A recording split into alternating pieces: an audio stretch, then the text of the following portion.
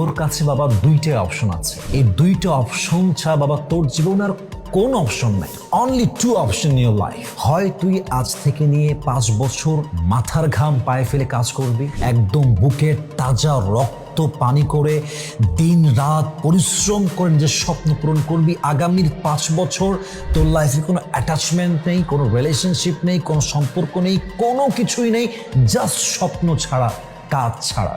আগামীর 5 বছর সুন্দর করে কাজ করে আগামীর 50 বছরকে তুই সুন্দর করতে পারিস।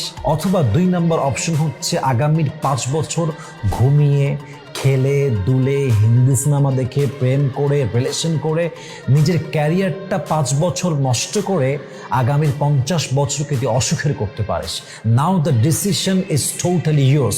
তুমি কোন সিদ্ধান্তে আসতে চাও? তুমি কি 5 বছর কাজ করে আগামীর 50 বছর সুন্দর করতে চাও, নাকি তুমি তোমার 5 বছর ক্যারিয়ার নষ্ট করে টাইম লস্ট করে আগামী 50 বছরকে খারাপ করতে চাও?